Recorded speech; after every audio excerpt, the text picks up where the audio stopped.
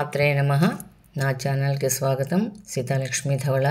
నేను ఇప్పుడు ఈ చదవబోయే పద్యము అద్భుతమైనది. భాగవతంలో గజేంద్ర మోక్షం ఘట్టంలోనిది. చాలా అద్భుతమైన పద్యం అండి. పోతన గారు మనకు రచించి అందించిన ఆ అమృత గుళికలు ఇవన్నీను. అంటే గజేంద్రుడు ఆ మొసలితో పోరాడి అలసిపోయి ఇంకా తను ఆ భగవంతుడిని ప్రార్థించాడన్నమాట. పూర్వజన్మ సుకృతం వల్ల, ఆ జ్ఞానం వల్ల. అయితే నువ్వు నిన్ను మర్చిపోయి వచ్చి నన్ను రక్షించు, నిన్ను శరణు కోరుతున్నాను అనగానే ఆ వైకుంఠంలో నా విష్ణుమూర్తి ఎలా వచ్చాడు అనేది ఈ పద్యం తాలూకా సారాంశం అండి. చాలా అద్భుతంగా ఉంటుంది. మీరు కూడా విని 10 మందికి మీకు నచ్చితే ఇలాంటి అమృతమైన పద్యాలని అందించడంలో తప్పులేదు కదా.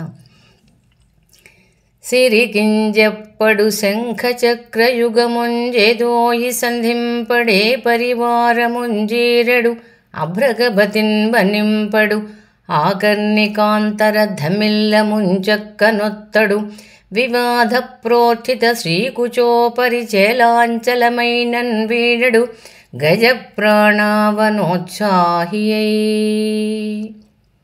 దాన్ని మరొకసారి పద్యాన్ని చదువుదామా.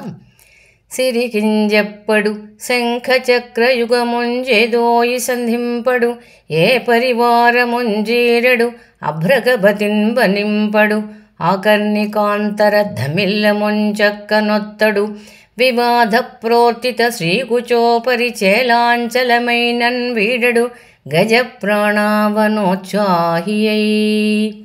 అది ఎలా వెళ్ళేట తన లక్ష్మీదేవి కూడా చెప్పలేదట. ఎక్కడికైనా వెళ్తే లక్ష్మీదేవికి చెప్తాడు కదా, నేను పలానా దగ్గరికి వెళ్తాను తన భక్తుని రక్షించడానికని. ఆవిడ కూడా చెప్పలేదు. తన శంఖము చక్రము కూడా ధరించలేదుట. గరుత్మంతుడిని, తన వాహనమైన గరుత్మంతుడిని పిలవలేదు.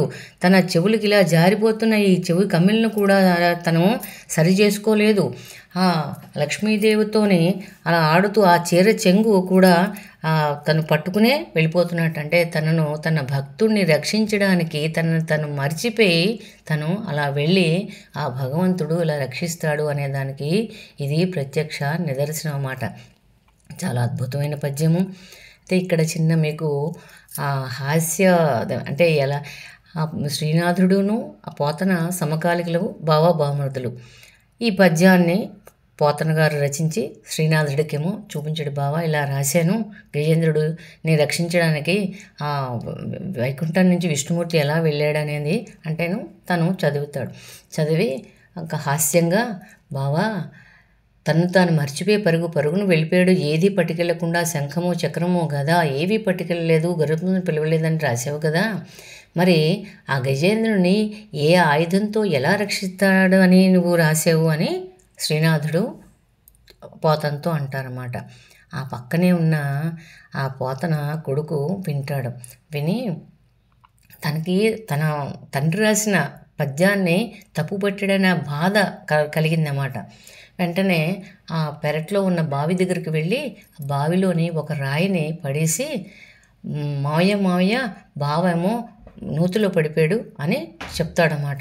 అప్పుడు శ్రీనాథుడు పరుగున ఆ బావి దగ్గరికి వెళ్తాడన్నమాట. వెళ్ళగానే అప్పుడు పోతన కొడుకు అంటాడన్నమాట, మావయ్య పరుగు తేలేదు, తాళ్ళు తేలేదు, గేలం తేలేదు, మరి బావని ఎలా రక్షిస్తామని గబగబా వచ్చేసావు అని అంటాడన్నమాట. అప్పుడు శ్రీనాథుడికి అర్థమవుతుంది, నిజమేను, తన భక్తుని రక్షించడానికి ఇంకా ఏవీ పట్టించుకోకుండా రక్షణే తన ప్రథమ కర్తవ్యంగా ఆ భగవంతుడు వెళ్తాడనేది చాలా బాగా రాశాడు. అప్పుడు తనకి క్షమాపణ అడుగుతాడన్నమాట. అది ఈ పద్యం తాలూకా సారాంశం. మీకు నచ్చినట్లయితే 10 మందికి మంచి విషయాన్ని మీరు లైక్ చేసి 10 మందికి షేర్ చేసి మీ వాల్యుబుల్ కామెంట్స్ కూడా పెట్టండి. కొత్త వాళ్ళు అయితే సబ్స్క్రైబ్ చేయండి.